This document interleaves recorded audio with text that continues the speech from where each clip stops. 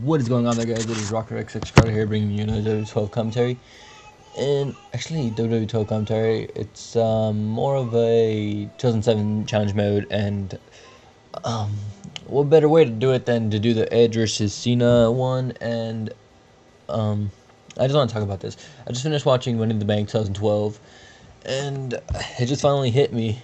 WWE thinks John Cena is bigger than the belt, bigger than the World Heavyweight Championship, bigger than the WWE Championship. Um, every time he's in a main event over the WWE Championship, it takes prestige away from the belt. It makes the belt less important and Cena more important. At this point, any feud for any title not involving Cena is mainly like just a filler for there. It's not its own match. I know Cena is basically the face of the company, but it's just I don't know. I just don't know. I mean, the match order doesn't really matter to me, but I'm gonna go look at the last. Let's look at the last few main events of the WWE pay-per-views. Money in the Bank. Last match was the Money in the Bank match, and Cena was featured in it. No Way Out. Cena versus Big Show was the last match. Over the Limit. John Cena defeated John Laurinaitis defeated John Cena. John Cena was in the last match. Extreme Rules. John Cena defeated Brock Lesnar. WrestleMania.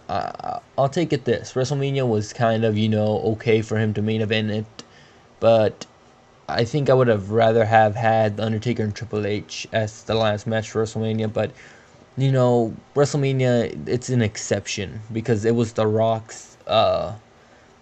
versus Cena. Elimination Chamber. John Cena defeated Kane in an ambulance match. The Royal Rumble, I think the Royal Rumble was the last match. TLC, tables, ladders, and chairs. I don't think John Cena was even featured on the card. Let me look real quick. Randy Orton defeated Wade Barrett. Beth Phoenix defeated Kelly Kelly. Triple H defeated Kevin Nash. Sheamus defeated Jack Swagger. The Big Show defeated Mark Henry. Daniel Bryan defeated The Big Show. Cody Rhodes defeated Booker T. CM Punk defeated The Miz and Alberto Del Rio. It looks like Cena wasn't on that pay-per-view. But let's look at Survivor Series 2011. Survivor Series 2011, John Cena and The Rock versus R-Truth and The Miz. That one was an exception because, it was The Rock's first match back, I believe. Vengeance 2011, Alberto Del Rio beat John Cena. At least the WWE title was featured on that one.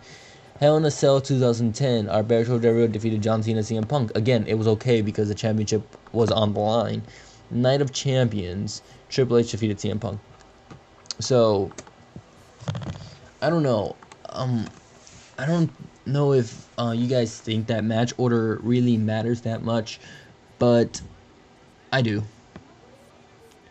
I think John Cena being bigger than the belt, or what it seems to be, it's not. I'm not hating on John Cena, but I think I would have preferred the WWE Championship match to be last, but with a different ending other than, the whole back suplex to the table, because that was kind of a weak ending for it. But I think the next match Daniel Bryan and CM Punk will have is a last man standing match. And then after that, John Cena's probably going to cash in. And no, I don't think he's going to turn heel, guys. But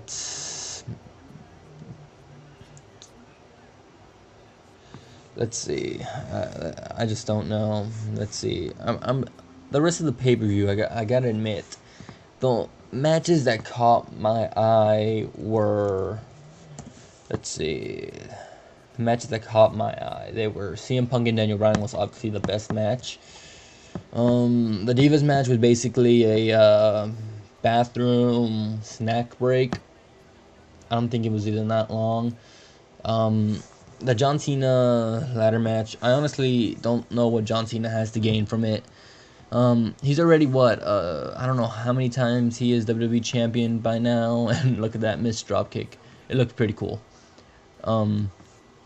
He really doesn't have anything to gain from it. I would have rather had Chris Jericho or Big Show won, because Big Show turned heel like 2 months ago, and what has he really done? He really has done nothing in the main event or pay-per-view scene yet. He lost to John Cena at No Way Out steel cage match. And that basically brought down all the hype he had about this big heel turn. I mean, it's just like he turns heel and you expect him to push the guy, but instead you make him lose his first pay-per-view match. When Brock Lesnar lost to John Cena, I really didn't give a crap because Brock Lesnar's only for WWE for money, so I really didn't care about Brock Lesnar. I was actually going for Cena on that one because Brock Lesnar has a big ego, guys. Primo and Epico defeating the Primetime Players was actually pretty nice. It wasn't a good match, but I really hate the Primetime Players. I don't know what they bring to the table, and I think AEW is basically really freaking annoying. The Money in the Bank match, the SmackDown one, was great also, in my opinion. But Ryback, I really prefer Tyler Rex to Ryback, to be quite honest with you. Don't really see what WWE sees in Ryback, and I don't know if they're building him as a Goldberg. I don't know, but he basically kind of has that feature, So I really don't know, but I really don't also know why they edit out the Goldberg chants. I mean, there was a time where the fans actually had freedom to do what they want and bring in what type of signs they wanted to their arena back in the Attitude Era days. But those days are long gone. But fans could bring in like whatever they wanted.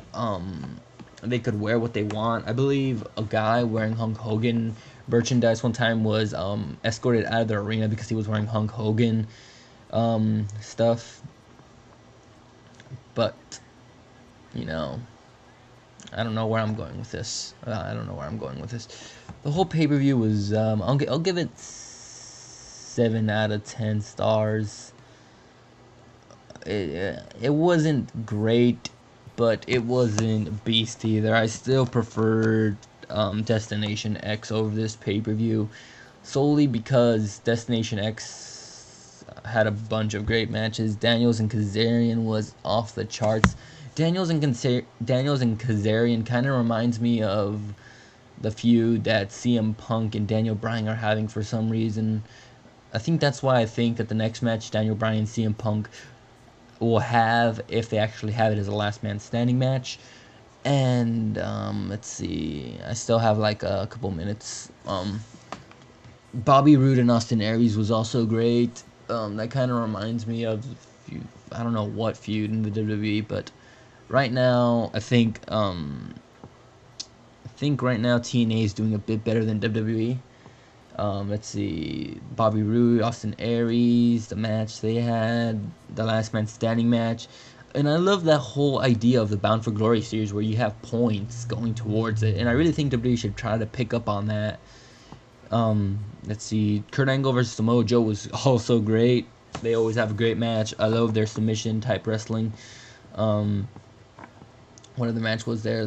The whole what was it called, Ultimate X match was pretty good. So on and so forth. But I was hoping for a Karma return during the six Diva tag team match. I actually thought Karma was gonna return, guys, because it basically yelled out Karma's gonna return and kick every Diva's ass in the ring, because there were like 6 of them. I was like, I think Karma's gonna actually return. But in the end, Karma didn't return. Is she fired? We're gonna find out probably in the 1000 Raw episode, because if she's gonna return at any time, I think she should return at the 1000 episode of Raw. But that was the end of it, guys. I hope you guys enjoyed the video. Subscribe if you haven't, so on and so forth, guys. I hope you guys have a great day. Rocker X6 out.